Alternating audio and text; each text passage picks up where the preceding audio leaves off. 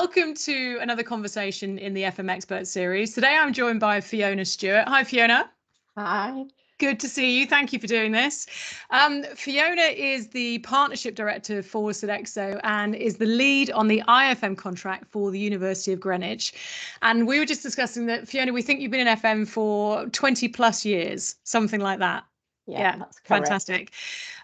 Fiona obviously has got an incredibly important role now, and what she's going to do in this conversation is just give us a bit of background as to how you've got to where you are today, really. And yeah, looking forward to this. So I'm going to hand over to you. Thank you, Fiona. Thank you, and thank you very much for the invite, Beth. So My pleasure. I just wanted to start just to give, I suppose, go back in time a little bit. When Fiona was at school, I was somebody, and I think it's important to openly share, I was somebody who didn't particularly like school. I found it quite boring, didn't really stick in. And I think it's really important to share that, because I'm going to talk through my career journey in terms of somebody who wasn't really keen at school, didn't stick into, I suppose, being a senior leader in our business today. So whilst I didn't particularly like school, I did have a very clear career plan. At that young age, I did know where I wanted to go. I had a love of horses. I wanted to work with horses, and eventually I wanted to join the police as a mounted policewoman. So I did have my path set out. It didn't all quite come to fruition, but what I did do was I had, a number of years working with horses. I trained to become a qualified instructor. Oh, you did? Wow. Yeah, so completed multiple courses and exams through my career with horses. That job took me across various places in the UK, and I also did. I worked in Europe, worked in Germany for a bit as well. So I had quite a good, successful career. I did apply to the police, didn't get in. That probably was due to me maybe not sticking in at school. However, it didn't stop me. I did actually have a few years as a special constable in Cumbria Constabulary. So I did get that experience of working in the police force, although it was voluntary. And then I decided it wasn't for me. And it wasn't on a horse, which is what you wanted to be doing. Exactly. So I took a decision that I was going to move away from a career with horses. I still owned and competed horses, but I decided I was going to go on a different career path. So I took myself into the world of social housing. Started as a housing officer, and I think, when I go back to my childhood, I always wanted to be in roles where, it was I was given something back, and I think that's where, the sort of police career came from. When I worked in social housing, again, that was very much a role about giving something back, working in communities, doing a lot of community engagement stuff. Then I moved again with the same employer. I then moved into asset management, and that stemmed from, as a housing officer, I was involved in a lot of sort of capital works and replacement kitchens, bathrooms, all of that. And I found that really, really interesting. The link now heading towards FM. Okay, fantastic. Yeah. And I loved all of that technical side of it. And, I spent a lot of time, with our subcontractors, being very curious, asking lots of questions. And I started to build up my technical knowledge.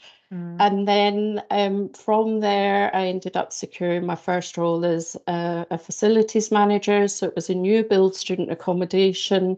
I was petrified of the thought of managing, these huge assets with, a bit of knowledge. I certainly wasn't, a seasoned FM at that stage. But again, I grew my career just by being very curious, asking questions, not being shy about challenging. I attended a lot of conferences.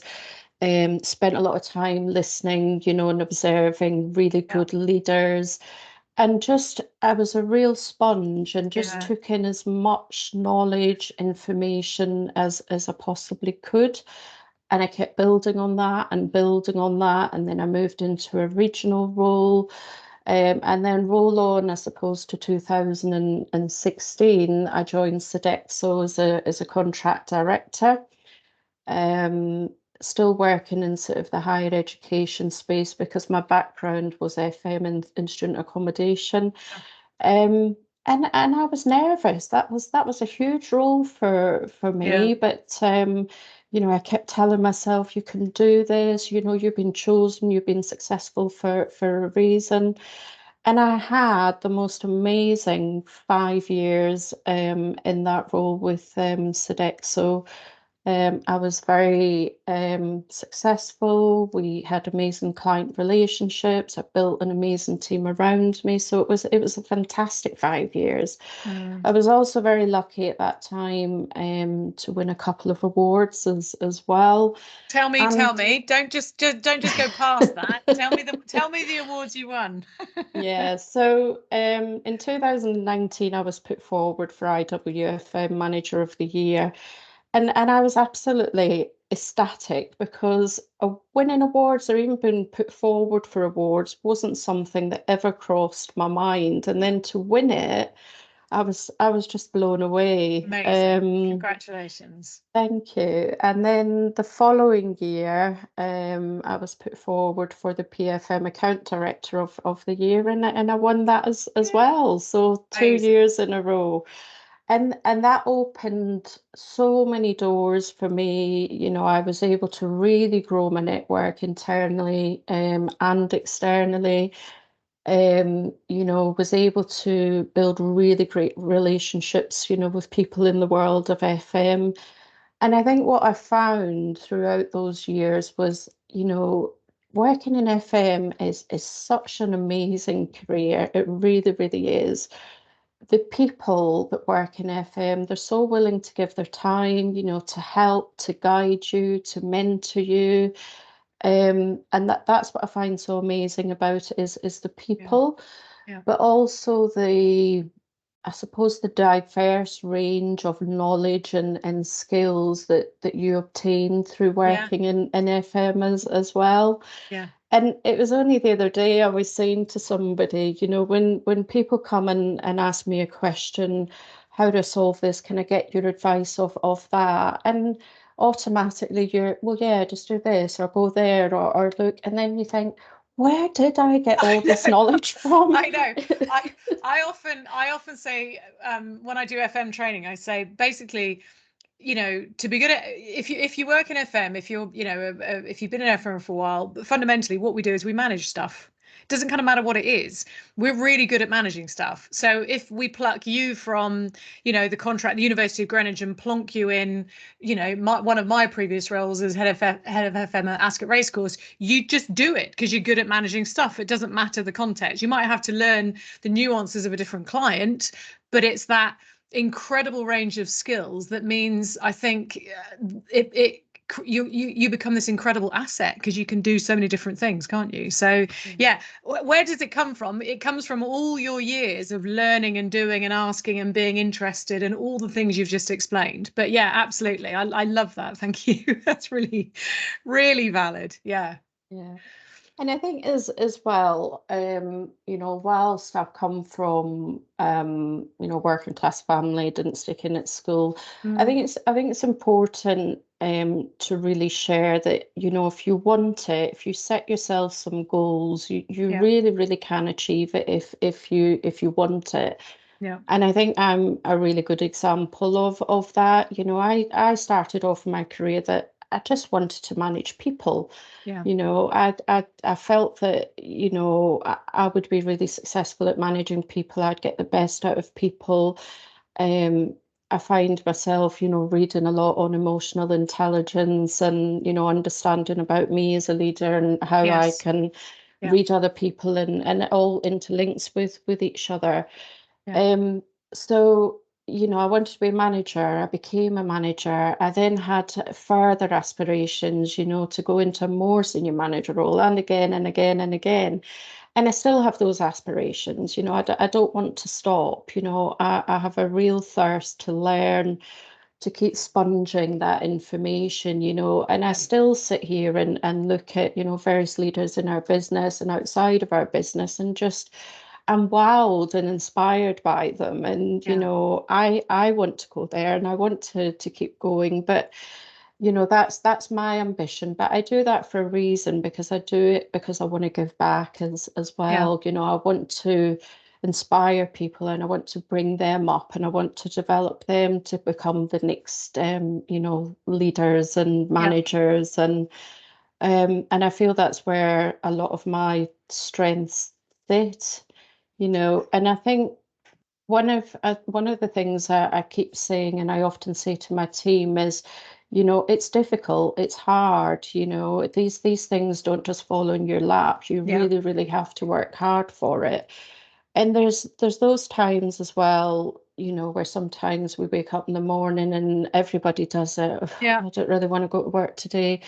You may have really bad days at work, but it's important that you are authentic, that sometimes you show your emotions. And I often say to my team, oh, what a day I've had. And because it builds that circle of trust, they will then come and check in on me. Fiona, are you okay? And I'll check in on them, because we're successful leaders, but we still have emotions. We still have those tough days, and it's important that we be ourselves, we be authentic, and, it's okay to share if you've had a bad day or you're struggling with things.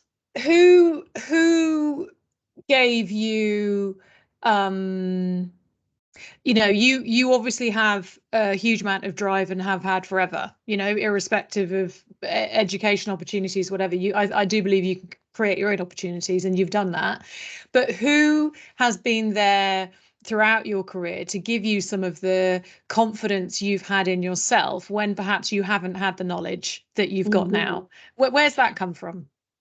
I've had very good managers throughout my career. I've also had some not so good managers throughout my career. And I think it's, as I mentioned before, it's just about being very observant and understanding what good looks like, and really take that offer of support, whether it's through mentorship or coaching or development programs. And I've been very lucky to have all of those. And it's just, I suppose, observing, I want to take some of those people's traits and behaviors and their knowledge and skills, and just really, build that for my own career ambitions and career trajectory. I'm quite competitive myself anyway, and I think that maybe comes from when I worked with horses. I competed a lot, and I didn't want to come second or third. I wanted to win. And what's that mindset then? So harness that for a second, because not everyone has that. And I think when you've got it, but perhaps you can take it for granted, but it's something you've really worked on. So how when somebody either doesn't have the confidence or doesn't have that mindset, what sort of tips or advice could you give them for that? Because you're such an example of what you can achieve. It'd be really interesting to hear any thoughts on that. Yeah, I think everybody has that, imposter syndrome, and everybody, doesn't have that confidence. We're all individuals, we're all very different. I for sure have, and I still have now, I still have those butterflies and those nerves. It really depends, I suppose, what I'm going into, what meetings I'm going into, what I'm challenged with, what I'm faced with. But I've had really great people around me, where I've said, oh my God, no, I can't do that. I can't possibly go. And, and I've had such good people around me who've given me that kick that I've needed, and just said, of course you can do this. Don't doubt yourself. You can, you've got this, please, take that step out of your comfort zone. And whilst I've been really, really nervous, I mean, sometimes I've had to sit in my hands, because they've shake that much. And I don't think that will ever go. And I think that's healthy, because it shows you care, doesn't it? Yeah, It shows it matters. Yeah. And I think when you come out the other end of it and you just self-reflect and think, I done it, Yeah. and it wasn't a challenge, Yeah. all those things that were going round in your head. What if I say something wrong? What if I do this? Yeah. You've just got to try, and it comes with experience, I think, and life skills as well. You've just got to keep every day believe in yourself a little bit more and a little bit more. Mm. And then what was giving you those real, butterflies and, shaky hands, eventually your hands will shake less, the butterflies will become less, but then something else will come along and it'll all kickstart again, and then you'll overcome that. So it's almost just a real circle of building confidence and trying to control those nerves and emotions, and it just comes with practice. And it's interesting, one of the things you said at the beginning was about you were like a sponge. You said that a couple of times, listening and observing. And I absolutely recognize the same thing in myself. I think for some people where we've had less time in the office, less time with colleagues, more remote working, I do think that's probably a challenge. That watching how I remember having to make a phone call. One of the first things in the office was having to phone somebody and just being racked with nerves about, oh, what do I say and how do I, even just answering the phone in the office the first time. And then you listen to other people doing it and you thought, okay, maybe that's how I'll do it. It's hard, I think, if you're not surrounded by people doing that, because you don't have that ability to sort of mirror what people are doing. I don't know, any tips for that, observing and learning when perhaps you're not in direct contact so much? Yeah, definitely. And I mean that will always be a challenge because of the world that we now work in. Yeah. Um, I would suggest, going to networking events. Use LinkedIn, I think, is a fabulous tool Yeah. for that. I've made so many connections Yeah. just through utilizing that platform. Yeah. And networking as well. Again, I've been there, going to the first networking event, and it's like, Yeah. do I approach that group, and how do I introduce myself? Am I a bit rude if I just step in and, hi, I'm Fiona, and people will look at me and go, gosh, she's a bit rude, but nobody's ever going to say that to you. It's people will welcome you, and the conversation just naturally starts. So again, it's a little bit that imposter syndrome of, how do I go and just step into a group of people that I've no idea who they are, and how are they going to perceive me? So you just got to do it, and sometimes they're relieved because they're having a really boring conversation, or they don't know what to do themselves, so you save them by doing it, don't you? Yeah. You've obviously done, you've had a great career, but is there anything, because obviously we have a range of people listening to these conversations, and I always sort of picture myself 20, nearly 30 years ago thinking, oh, I don't know anything, feeling that we can help with some of the tips and hints. Although your career has been great, you've worked blooming hard. Is there anything, if you could go back, 20 years and have a chat with yourself, you would give yourself some advice? I think, I mean, it's easier said than done. I just wish I had believed in myself a bit sooner. And whilst I've been very, very successful, and I really appreciate, the career that has been given to me, I wish I had believed in myself a bit earlier and maybe stepped away from, working with horses a bit earlier. And it's that sponge thing again. I'd maybe have learned more knowledge, maybe been successful more quicker. But in saying that, I'm extremely happy in terms of what I've achieved so far. I'm still on that road to keep pushing myself and be even more successful. So yeah, I just wish I'd done it a bit sooner, but I'm not sitting here saying I'm disappointed with what I've achieved so far, because I am very proud of what I've achieved. Yeah. And what is there still on your, I need to do that? What's still on the list of things that you want to achieve that you're happy sharing? Yeah. I mean, I did, I completed my IWFM level 6 diploma. Oh, well done. The diploma as well. Well done. Wow, Yeah, that's a lot of work. and I do sit here. I absolutely love learning. Whether I do something else in terms of just enhancing that sort of professional development, because I do really like learning and passing that knowledge on. And I think, I'll just keep pushing my career. I'll see where it takes me in the future. Who knows? Who knows? Who knows? And one last quick question. You're obviously working for Sodexo, an outsourced organization. You worked in-house with social housing. So you've done the in-house and outsourced. If anyone's on the fence of, oh, which do I do? Any thoughts on that just to leave us with? Yeah, I suppose each have their positives and negatives. I mean, I've spent most of my career, working for service provider. Yeah. That's Yeah. what I love.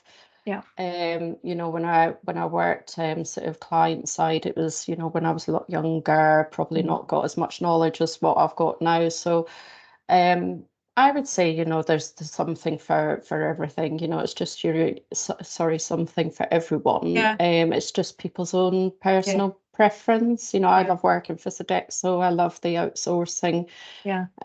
model, but it's not for everyone. Yeah, and I think it's a good thing to have had a taste of both, actually. I think because you learn different things, don't you, on either side? Absolutely. Absolutely. Listen, it's been really lovely to chat with you, and I think it's really important to hear that the route to where you get to isn't always straightforward, isn't always easy, isn't always quick, but it's a journey, isn't it? Yeah. And we are in a profession where there is, I think, a wealth of opportunity. So many different areas we can get into and work with an FM and shine still. And yeah, I think there'll be a lot of people who needed to hear that. So thank you very much. I really appreciate your time. Thank you, Fiona.